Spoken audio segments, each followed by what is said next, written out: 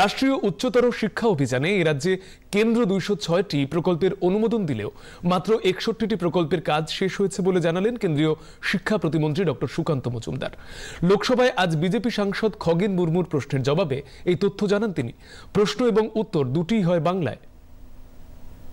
তার মাধ্যমে মাননীয় মন্ত্রীর কাছে আমি জানতে চাই যে এই স্কিম এত সুন্দর স্কিম, যেটার মাধ্যমে আরও বেশি আমরা ইমপ্রুভ করতে পারি আমাদের সমস্ত যে কলেজ এবং ইউনিভার্সিটিগুলোকে। সেই ক্ষেত্রে আমি মাননীয় মন্ত্রীর কাছে আপনার মাধ্যমে জানতে চাই স্যার, যে রাষ্ট্রীয় উচ্চতর শিক্ষা অভিযান পশ্চিমবঙ্গে বর্তমান পরিস্থিতি কি, যদি দয়া করে মন্ত্রী মহোদয় জানান।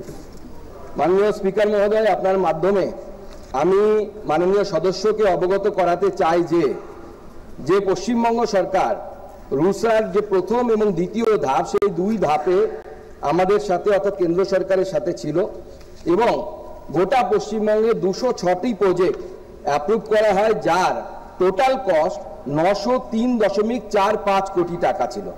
তার মধ্যে সেন্ট্রাল শেয়ার 545.65 কোটি টাকা ছিল এবং তার মধ্যে 385 কোটি টাকা সেটা সেন্ট্রাল গভর্নমেন্ট রিলিজ করে দিয়েছে।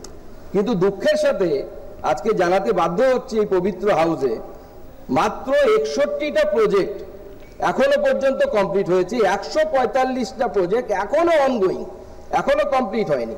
আমি এই পরিস্থিতি দেখে পশ্চিমবঙ্গের মাননীয় শিক্ষামন্ত্রীকে আমি লেটার পর্যন্ত দিয়েছি যাতে এই প্রকল্পগুলোকে দ্রুত করা হয়। লেটারের ডিও নাম্বারও আমি উল্লেখ করে দিচ্ছি মাননীয় স্পিকার স্যার, যে আমি 30 আগস্ট 2025-এ আমি আমার তরফ থেকে চিঠি লিখি যাতে এই প্রকল্পগুলোকে তাড়াতাড়ি কমপ্লিট করা হয়। কিন্তু দুর্ভাগ্যের বিষয়, পশ্চিমবঙ্গ সরকার এতে কমপ্লিট তো করছে না। রুসার PM উষা যখন আমাদের যে পরিবর্তিত যে স্কিম, সেই স্কিমে পর্যন্ত অংশগ্রহণ করছে না। তার ফলে পশ্চিমবঙ্গের বিশ্ববিদ্যালয়গুলো বঞ্চিত হচ্ছে, পশ্চিমবঙ্গের ছাত্ররা বঞ্চিত হচ্ছে, ছাত্রীরা বঞ্চিত হচ্ছে। আমি পশ্চিমবঙ্গ সরকারকে অনুরোধ করতে চাই যে আপনারা এই প্রোগ্রামে আসুন।